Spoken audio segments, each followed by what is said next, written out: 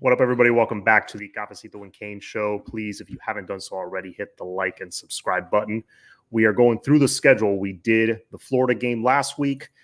We're skipping A&M and Ball State because, come on, we're probably going to destroy them. I went ahead and skipped to week 4 where we go on the road to face the South Florida Bulls. This game is going to be, like I said in my description, sneaky tough. All right. Let's dive in and let's see why.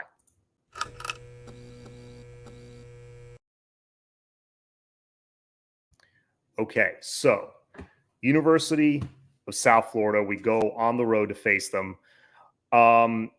Is this a team we should dominate? Absolutely. And I think we're going to win. I don't have us on upset alert or anything like that, but I did my homework on USF. And I urge you to do the same, especially on their head coach, Alex Golish, who took over in 2023, took over a team that went 1-11 in 2022. Last year, they went 7-6. So massive improvement. He was the 2022 or one of the 2022 Broyles Award finalists as an offensive coordinator at Tennessee. Took that offense to new heights. I mean, he wasn't the sole reason why, but he was the offensive coordinator. So he definitely deserves props for that. So do your homework on this guy. He's the real deal. Only 39 years old, hell of a play caller, and definitely a guy that, fans should watch for the next 5 to 10 years to see what he does with USF. I think he's going to take USF to another level. I really do. I think he's going to take them to where, they were in the mid 2000s, that 07 season that they were number 2 at one point. I mean, that was a crazy season, but they had a brief period there, mid to late 2000s, that USF was really good. So I think he can definitely take them there. Philly Kane says experts have it as a loss for our Canes. I don't see us losing. I don't see us losing either, but I could see why other people might have us on upset alert. But yeah, first of all, like I said, they have a great head coach. So we go from there to the quarterback, Byron Brown. This dude is for real. Okay. If you haven't done your homework on him, if you haven't watched tape on him, I urge that you do. Because this young man is extremely talented. He's the real deal. He was a redshirt freshman last year, had over 800 yards rushing, had 3,200 yards passing, 26 touchdowns, 11 picks. Solid numbers, okay? Had a winning record his first year as a starter. They blasted Syracuse in the bowl game, 45-0. And he's very balanced. He runs as good as he throws as good as he runs. And he's definitely a dual threat in every definition, every sense of that word. So you got Byron Brown, who, historically scrambling quarterbacks, running quarterbacks have given us problems. The kid's a playmaker. You got a fantastic slot receiver in Sean Atkins, who had over 1,000 yards. His story is pretty cool if you look that up. They still have Naquan Wright at running back, who had almost 800 yards. He had 797. He was nearly the leading rusher right behind Byron Brown. But that's kind of where my props end. I wanted to give them their props because, they had a they had a 6-win improvement last year. That shouldn't go without saying. And they gave Alabama a tough time. This is not one that the Canes should take lightly. That's all I'm going to say. Now, yes, I know Philly Kane mentioned that I want to say is on 3 or one of their writers on one of the publications. They predicted us to be 9-3 this year, but had that as an upset loss up in Tampa. I'll tell you how a loss might look against them, and I'll tell you how a win would look against them. For the record, I have us winning that game. I'm not too concerned, but I'll tell you why you might, you should pay attention to this one. The way I think this game can go, if it ends up in an upset, God forbid, is if for whatever reason our offense comes out flat, because you remember, we're not going to come out swinging every single game. We're not going to come out with the same energy. We're not going to, we're not going to come out clicking on all cylinders every single game. That's just not realistic. It's not going to happen. There's going to be some games where we come out flat. If we come out flat offensively in this game, let's say we don't convert on third down. Let's say we get a few 3-and-outs. We keep giving the ball back to USF in the first quarter. It takes a little time for our offense to get clicking. That's where I think this game could get dicey.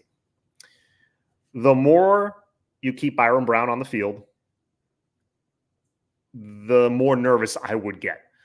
Now, on the other side, if our offense can get moving fast, we get an early touchdown on the board, maybe a couple of touchdowns on the board, kind of like when we went up there in 2013, which I want to say was the last time we went up there. I remember it was just systematically, like every time our offense took the field, it was 7-0, 14-0, 21-0.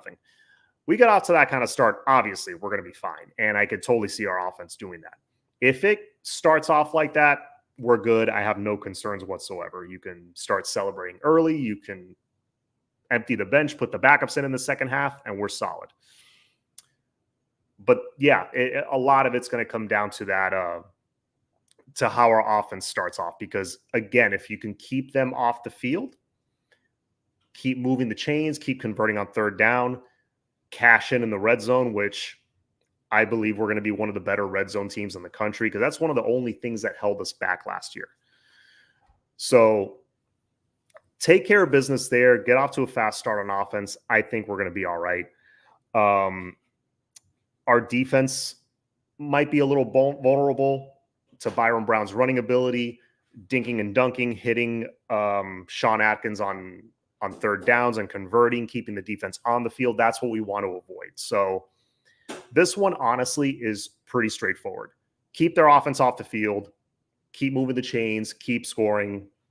Do that early. We're going to be fine. What do you think the run pass percentage should be on average this year? I say 55 pass, 45 run. Man, you know what? It's a little weird because that's going to depend on the game. It's going to depend on who we're playing. For example, in a game like this, yeah, you want to get off to a quick start, but maybe in the second half, you're running it down their throat and the run ends up surpassing the pass. So, it depends. It depends on the game, really. But I think 55 pass and 45 run is not a bad estimate. Yeah, I can't push back on that one. Is anyone going to the Miami, Florida game? I am not, but I think we will be having a watch party in Orlando that people on Flo's Discord are hosting. So more details will come out on that, I'm sure. But no, I originally wanted to, but I will not be going to the Swamp. Too old for that. But yeah, to answer Hustle Harder's question, it's probably not going to be too far off from that. I think a little more pass than run, just because in today's day and age in college football, you got to be able to throw the ball to win.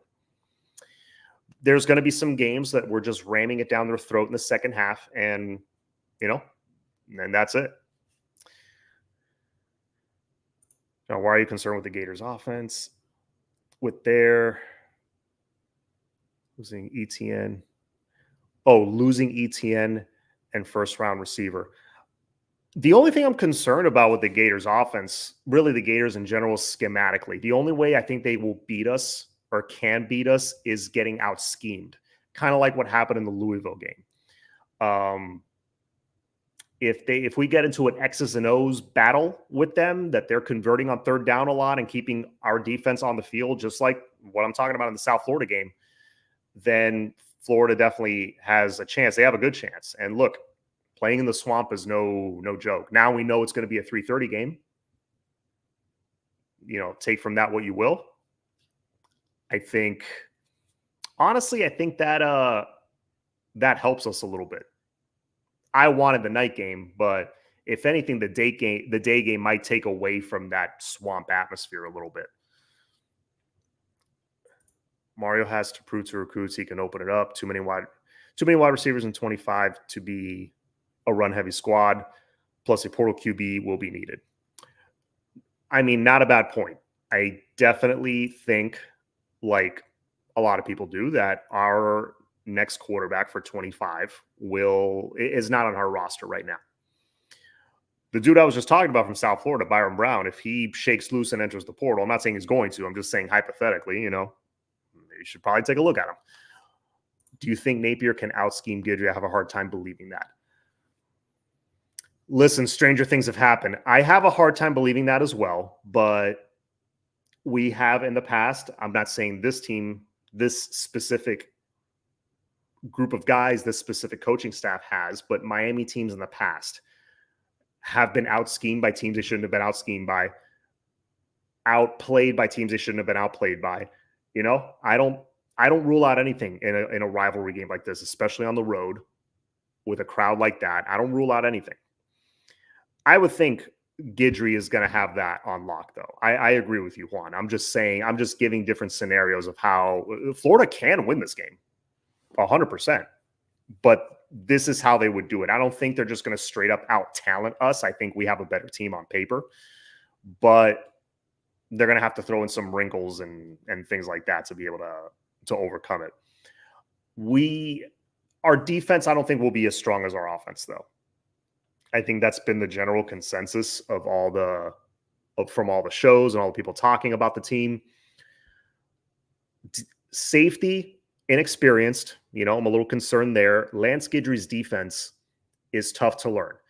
We're going to have to lean on Zaquan Patterson a little bit unless we go out and get a safety in the portal, which we still can. Let's see what happens. But the way it looks right now, Zaquan Patterson is going to get some serious time on the field. He's going to get some snaps.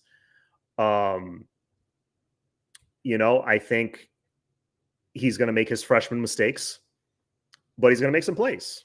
And, playing young guys this year is going to be key. We're going to have to lean on a handful of freshmen to come in and get some serious snaps. JoJo, another one. Elijah Lofton, another one. But Zaquan's going to be one of those guys that we lean on the back end. Now, what I'm hoping is that the front seven, that is pretty stacked, in my opinion, the most stacked it's been in a few years, does their job. They pressure the quarterback. If we get after Graham Mertz and Guidry starts sending the blitz after him early and rattles him, we're golden. I think we're absolutely golden. Offensive line, Cam Ward, they just got to do their job. Do their thing. We should be okay. Why are we so worried? We need to have confidence in our team. Yeah, I have confidence in my team, but have you not watched the last 20 years? We've seen much crazier things. That's all I'm saying. I'm giving you both scenarios. I'm going through the schedule and giving you how a loss would look and how a win would look and what we have to do to make sure to win. That's all I'm doing. Let's see. Who do you have returning punts and kickoffs this year? Could be a decider. Miami hasn't had a real threat in years. There's a handful of guys, but I think any which one of them can make plays. Robbie Washington, Ray. I would love to see Ray Joseph out there returning punts, at least returning punts, because he's very shifty and can make guys miss in the open field. So I would love to see him out there. Someone who's just like pure straight line speed, probably more like a Robbie Washington, returning kickoffs. I mean, Robert Stafford is one that's not talked about enough. He is a freak athlete. Or maybe one of the running backs like Chris Johnson or Chris Wheatley Humphrey. I would love to put Chris Johnson back there. The more you can put the ball, like safely put the ball in Chris Johnson's hands where he has a lot of room to work and make a play, why not? Why not put Chris Johnson back there? So JoJo Trader, another one. I could totally see him on special teams. You have like a handful of really, really exciting options.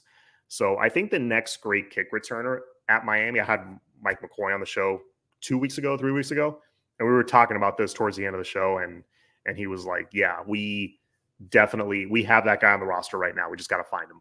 He's there. And I agree with that. I think he's there somewhere. We got the talent now. Do you think we played to our potential?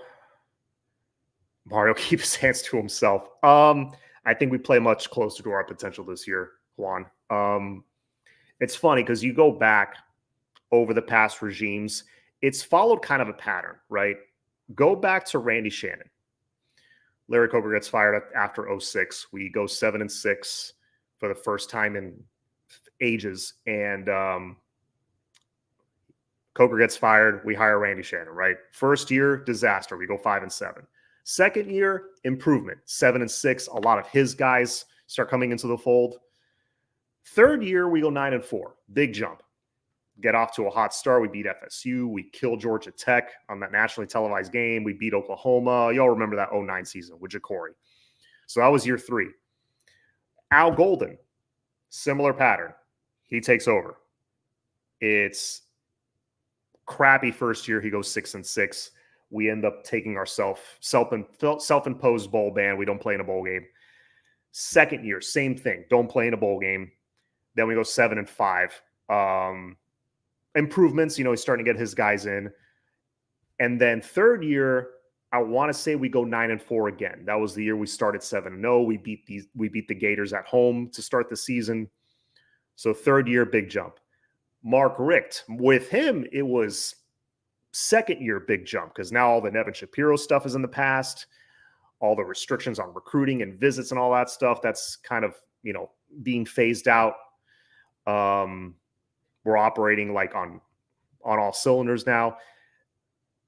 So my point is 2-3 years in usually is when you see the big jump. This is Mario year 3 now. Okay. I see a similar thing happening, which, the team is mostly his guy, if not all his guys at this point. With the portal now, you can like cycle guys in and out much faster. It doesn't take the same 4 or 5 years like it used to. I definitely see us playing much closer to our potential. As far as the play calling, I mean, we'll have to wait and see. There's no way to tell. CEO Mario, we win 10 games at least. You got to trust those guys and motivate. Plus, have a game day coaching assistant. Yeah, I agree with you.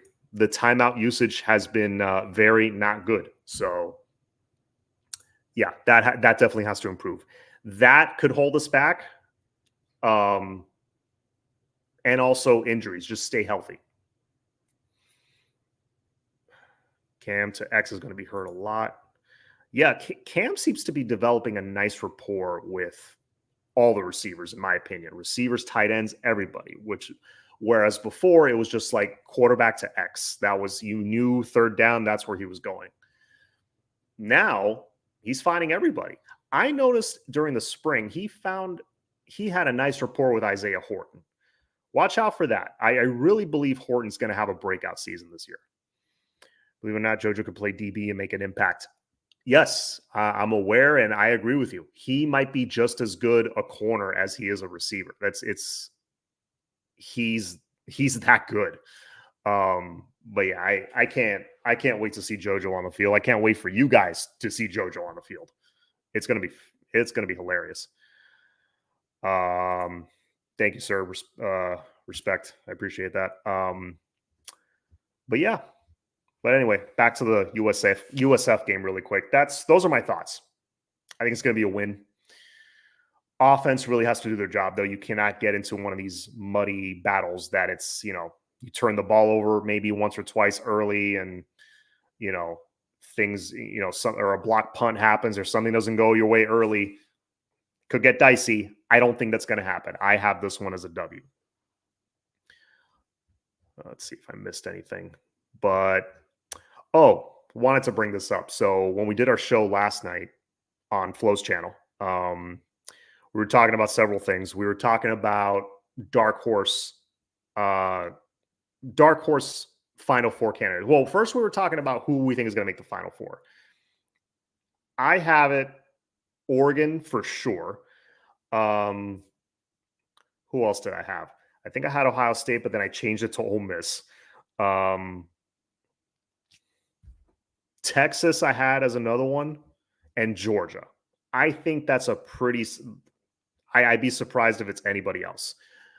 Oklahoma was one that I had to look into a little bit more. But yeah, that could be, even when Jackson Arnold is, under center, I really could see that team as a dark horse candidate.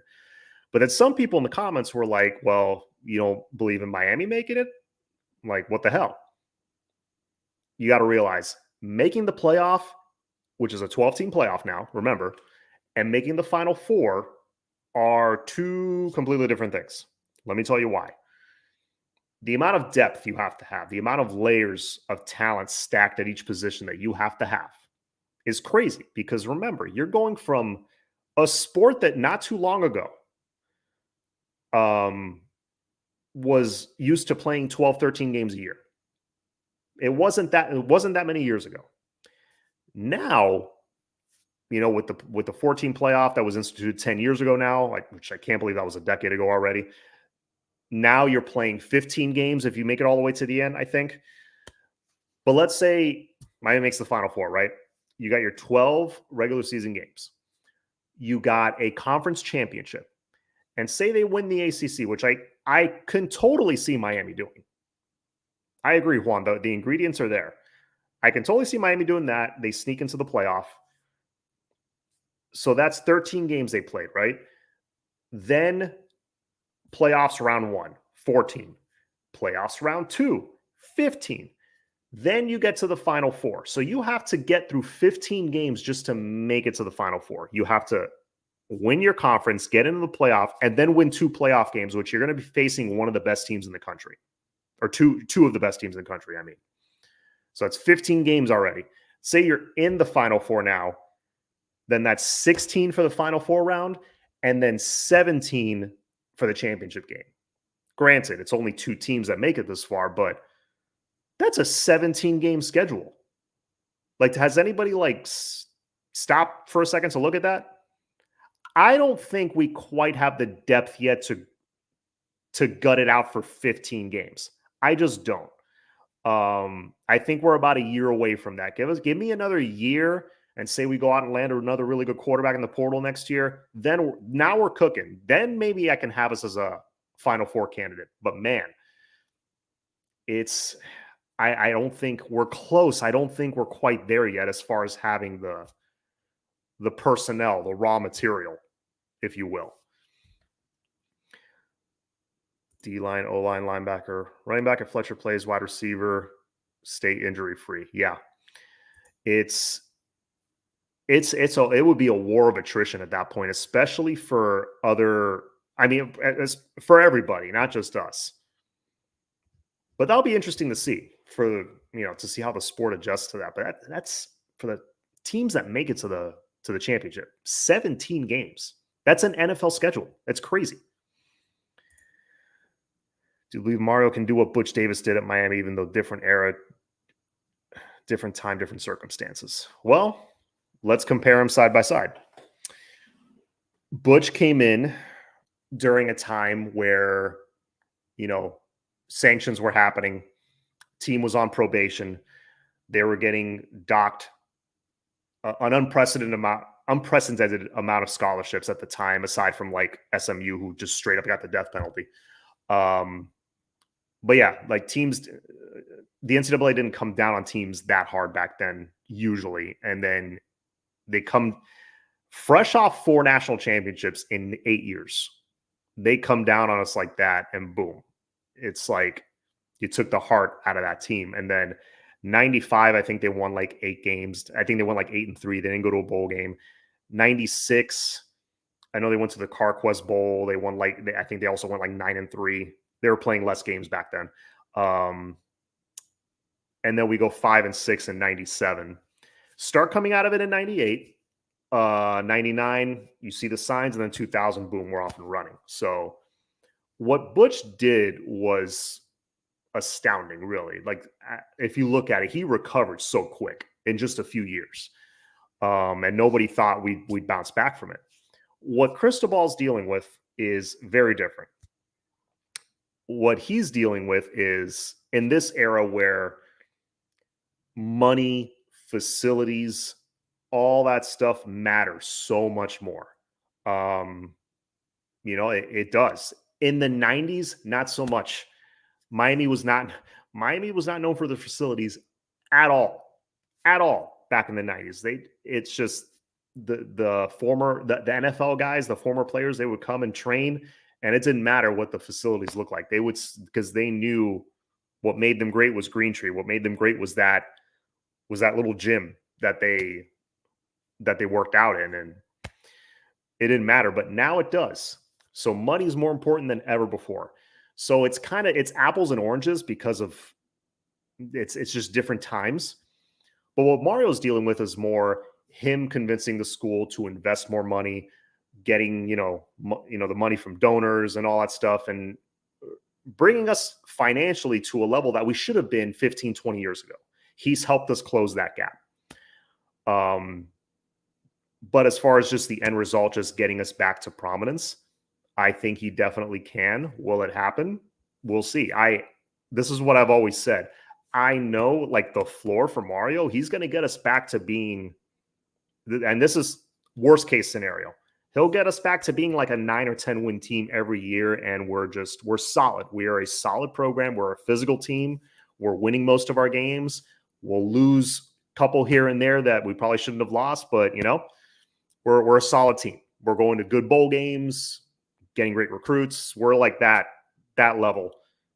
But that's worst case scenario. But can he get us back to prominence? Yeah, absolutely. I think he can. Butch hit on a bunch of recruits. Yes. Including the guy that you have in the thumbnail right there, Clinton Portis, who Florida wanted to use him, I think, as a safety or as a corner. And he ends up coming to Miami and killing it, obviously. One of the greatest running backs we've ever had. But yes, Butch hit on a ton of recruits. What Butch did, he hit on a ton of recruits, and he only had so many scholarships to work with. That's what made what he did so incredible. The scouting was just second to none. Now, Cristobal scouting, look at last year's freshman class. I think CC Maui Noah, he hit on. Who else? Inez Cooper. Well, that was the class before. Inez Cooper hit. Matthew McCoy, I think he hit on that one because he was a 3-star recruit and he was a reliable 6th rotational guy on the offensive line. I think he'll likely start this year, to be honest with you. Yes, Mark Fletcher hit on that one. Trying to think who else. And I'm not even including portal guys. I'm just saying high school. Who else? Elijah Lofton, it's looking like so far he did. Ruben Bain, thank you. Ruben Bain. Damari Brown, it's looking like he hit on that one. Yeah, he hit on a lot of recruits, a lot more than he missed. So my point is, keep stacking those classes. We know Cristobal's bringing in the right guys. Now, if you look at the transfer portal guys, even more so. Kiko Maui Noah. See who else? Daryl Porter Jr. I'm missing. Well, Cam Ward. We'll see what happens there. Damian Martinez, Sam Brown. Mish Powell. Those we're going to see what they do this year. But Mesidor, I think when he's healthy, he's very good. So, yes, my point is Butch hit a lot more than he missed, and I think Cristobal's doing the same, to be honest with you. As a point, I also agree. I could bring it back to promise. I think he could do it. Who would you like your starting 22 to be and why? Throw you a curveball. John Fletcher is healthy. Well, Mario tempted to play bully ball and run it down your throat with Ward. I think he only goes to bully ball if he sees the other defense is tired and he thinks he could just close out a game that way. I think he'll do that, especially if we've got like a 2 or 3 touchdown lead on somebody and, he doesn't want anything to happen to Cam. Yeah, I could totally see him just kind of, just slowly draining that other team with the running game. I could see situations where that happens. It's a game-by-game basis, but I can see that. I don't think Fletcher starts over Damian Martinez. Let me just say that right now. You're telling me starting 22, this is not too deep. This is 11 offense, 11 defense. Okay. Ward, Martinez. Across the O-line, it's going to be Rivers. I have McCoy starting at left guard. Carpenter, Cooper, and Maui Noah. And then receiver, I have Horton. Man, honestly, it's 50-50 with Brown and Jacoby right now. Because they brought him in and, Ward worked with them and, he practiced with them. I think that he's someone they really wanted. So I'm just going to have Brown right now as a starter. Like 51-49. I think they're going to split a lot of snaps, but I have Brown as a starter. X is your slot, obviously. Arroyo's your starting tight end. Finally healthy, thank God. Defense, Bain, Clark, Barrow, Elijah Lofton. Linebackers, I think, will be, believe it or not, finally, I think Chase starts. You got Wes on the weak side. And then you got Kiko Mauinoa at middle linebacker. Corner, Porter and Damari. One of the best, if not the best corner tandems in the ACC. One of the best in the nation. Argue with a wall. I think they're one of the best tandems in the country. You'll see. And then safety, a little nervous about that. I think we find somebody to put at slot so we could put Mish Powell at safety. And most likely Jaden Harris will be the other starting safety. And then kicker, Dylan Joyce and Borregales. That's an easy one. But yeah, that's how I have the starting 22. And I say that, and there's no one I'm nervous about, really. Again, if you're able to get someone for the slot so you could put Mish at safety, I'm good. Hester was on a track scholarship. Butch did that with a few guys. He had to get creative.